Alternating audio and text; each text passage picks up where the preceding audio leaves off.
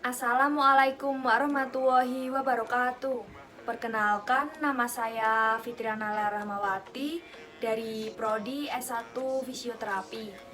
Di sini saya akan menjelaskan sistem endokrin sebagaimana tugas mata kuliah anatomi. Yang pertama adalah kelenjar pineal, yaitu berfungsi mempengaruhi tingkat metabolisme, fase endokrin, aktivitas digestif, siklus bangun sampai tidur. Berbentuk kerucut sangat kecil di otak. Panjangnya 5 sampai 8 mm. Beratnya 150 mg. Hormon yang disekresi melatonin. Dipengaruhi periode terang sampai gelap. Yang nomor 2, kelenjar pituitari berfungsi sebagai kelenjar pengendali dan pengatur kegiatan lainnya. Bentuknya yaitu bulat, kecil, berdiameter 1,3 cm. Kelenjar ini dibagi menjadi 3 bagian. Yang pertama, anterior atau adenohipofisis, yang kedua posterior atau neurohipofisis, yang ketiga pars intermedian atau bagian tengah. Nomor 3, kelenjar tiroid. Kelenjar ini berfungsi sebagai pengatur suhu tubuh dari efek T3 dan T4. Sel-sel tiroid tersusun menjadi gelembung berongga yang membentuk unit fungsional atau folikel. Folikel dipenuhi oleh koloid.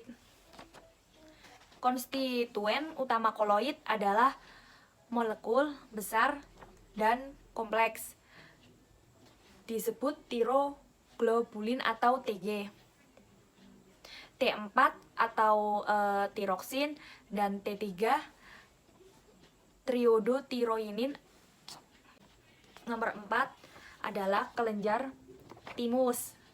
Kelenjar timus ini berwarna merah, terdiri dari 2 lobus saling berhubungan dalam jaringan ikat. Medula dan korteks menghasilkan sel limfosit. Pada bayi baru lahir, bentuknya sangat kecil dan beratnya kira-kira 10 gram. Ukurannya bertambah setelah masa remaja antara 30 sampai 40 gram dan setelah dewasa akan mengerut.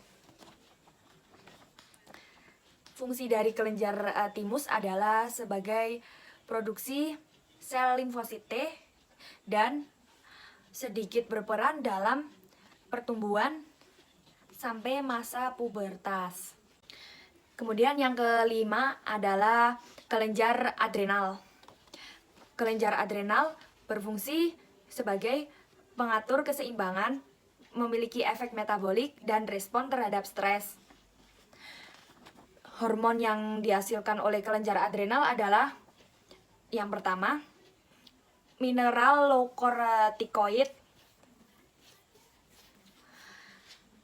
mengatur keseimbangan elektrolit dan homeostatis tekanan darah. Yang kedua, glukokortikoid, memiliki efek metabolik dan berperan penting dalam adaptasi stres. Yang keenam adalah kelenjar pankreas, berfungsi sebagai penghasil hormon insulin dan glukagon. Fungsi dari insulin sendiri adalah mendorong glukosa ke dalam sel. Nomor 7 adalah ovarium. Pada wanita, hormon yang dihasilkan adalah estrogen dan progesteron. Untuk mempertahankan pembentukan ovum, progesteron sendiri mengatur pembentukan plasenta dan produksi air susu. Kelenjar kelamin wanita ini dan yang kelenjar kelamin pria atau testis. Hormon yang dihasilkan yang terpenting adalah testosteron, yang berfungsi mempertahankan proses sperma dan menumbuhkan ciri-ciri kelainan sekunder.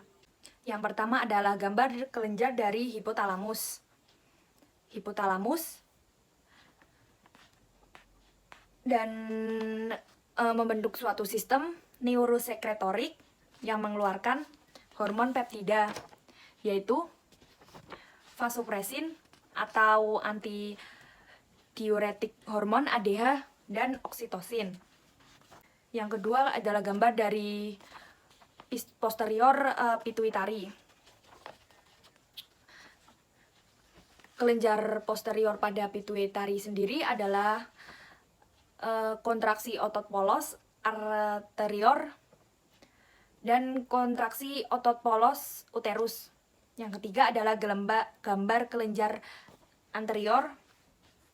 Hormon yang dihasilkan oleh lobus anterior sendiri adalah thyroid stimulating hormone atau TSH. Yang kedua adrenocorticae growth hormone, follicle stimulating hormone FSH, interstitial cell hormone LH, prolaktin, dan melanocyte stimulating hormone MSH. Lanjut, yang pertama adalah hipotalamus. Sama seperti yang tadi, untuk mengontrol sekresi hormon hipofisis anterior, hormon ini disebut hormon fisiotropik atau hormon hipotalamus. Yang kedua adalah otak. Otak sendiri dibedakan menjadi 3. Otak besar atau cerebrum, otak kecil cerebellum, dan otak tengah mesencephalon. Kemudian skulls atau tengkorak. Kemudian yang nomor 4, anterior dari pituitari, kelima posterior dari pituitari. Kemudian lanjut ke gambar yang sebelahnya.